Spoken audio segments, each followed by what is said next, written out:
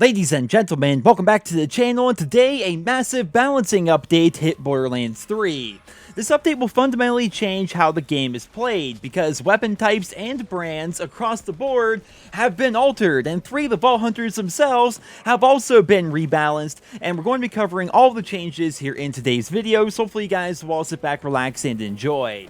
Let's kick things off here by talking about the weapon buffs. Gearbox claims that certain weapon types and certain manufacturers were going underused by the player base, which is why all sniper rifles across the board now deal 20% increased critical hit damage, they have a 15% increased fire rate, they have a 15% faster aim down sight speed, and they also equip 20% faster. The goal of these changes is to make it so sniper rifles feel a bit more viable in hectic situations as compared to typically only being good while sitting really far away from your enemies, so hopefully sniper rifles will see a lot more use in the game going forward. Now on top of that, they also decided to change around pistols quite a bit. They increased the damage of all TDR and dull pistols by 15%, and keep in mind, when I say all, I mean all. We're talking everything from a white pistol you may find in the dirt somewhere, all the way up to legendary pistols. All dull and TDR pistols now do 15% increased damage, and all COV pistols do 20% increased damage. On top of that, the damage of all Atlas and Malawan weapons has been increased by 25%, the fire rate of all Malawan weapons has been increased by 20%, Jacob's assault rifle damage has been increased by 20%, Dahl SMG damage has gone up by 10%, TDR E-Tech shotgun damage has been increased by 50%, Vladov heavy weapon damage has been increased by 25%, and in terms of actual specific weapons, the Firestorm and Storm legendary weapons now charge up 1 second faster than they used to.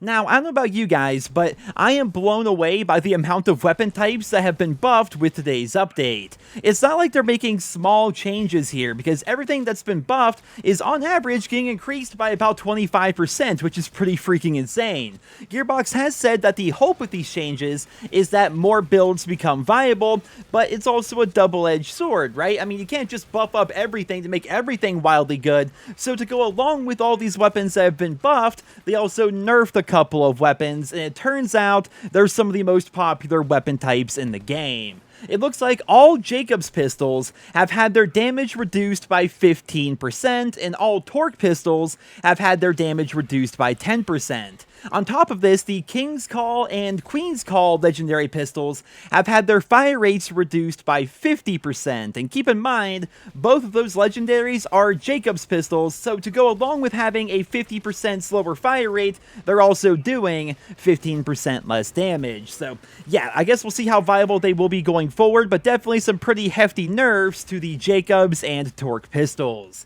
Now that we've covered all the weapon changes, let's switch up gears here and talk about the Vault Hunter changes. For you Zane fans out there, you'll be happy to know that Gearbox has heard you loud and clear, and today we saw some pretty significant damage buffs to a couple of his abilities. The goal was to make his Digiclone and his Sentinel drone do more damage and scale better as players get to higher levels and start tackling harder content. So for you Zane mains out there, leave your thoughts and feedback on these changes down there in the comments. I know my buddy Zach, who of course is playing Zane in my Let's Play, I know he's pretty freaking happy about these changes. Now for you Flak mains out there, like myself, we have some nerfs. We knew this day was coming.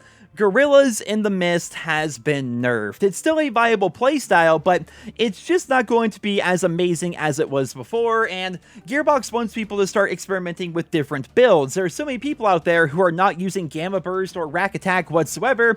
They're just taking Fade Away along with Gorillas in the Mist and basically just critting the boss to death. Well, that playstyle is still viable, but it's not going to be as good as it was before, and for me personally, I rarely even use Fade Away or Gorillas in the Mist. I'm a big fan of Rack Attack. Like, sending out 3 fire racks as well as having 3 charges of it, that's really freaking powerful. And I'm also a pretty big fan of Gamma Burst as well. So, for those of you out there who have only been using Fade Away and Gorillas in the Mist, maybe try out a couple of other different builds, because they all can be viable here in the endgame in Borderlands 3. Now, finally, Amara has received a few changes as well, but they're pretty minor compared to the changes that were made to Flak and Zane. And for you most fans out there, No changes were made to her today, though I imagine we're going to see some possible changes coming to her in the near future. Now, to wrap up the video here today, let's go ahead and talk about the loot changes that were made. Everyone's favorite topic in the Borderlands franchise, of course, would be legendaries and loot and things like that, and it looks like Gearbox wanted to balance out legendaries a little bit, and I'm personally pretty happy that they decided to do so. So the idea is that crew challenge enemies like Heckle and Hyde or Hot Carl or any of the other number of enemies I've been showcasing here in the channel, the idea is to make them drop their specific legendaries a little bit more often, and to make it so bosses like Grave Ward don't drop legendaries every single time. I think the reason why they did this is because people are basically just going to big bosses like Grave Ward, killing him in 20 seconds, and then getting 2 to 5 random legendaries every single time they do it.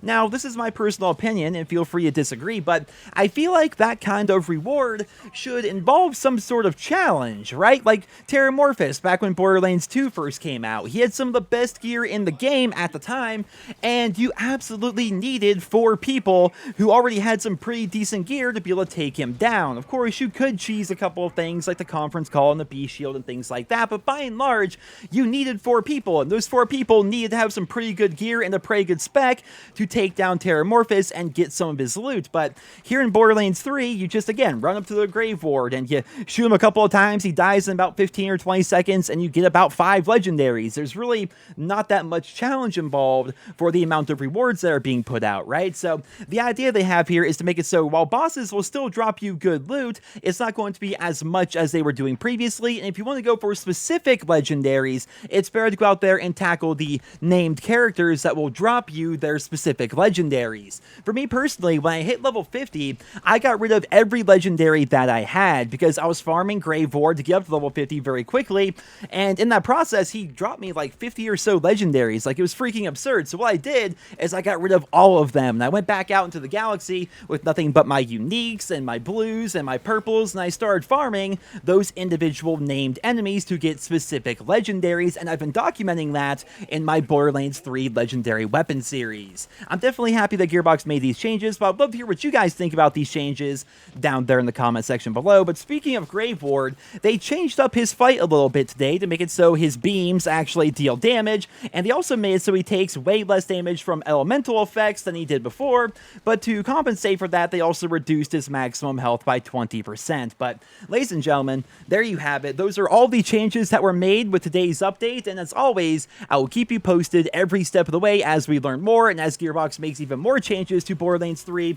I hope you guys all enjoyed this video. Please leave your thoughts and feedback on all these changes down there in the comments. Thank you all so much for listening, and I hope you guys all have a wonderful day.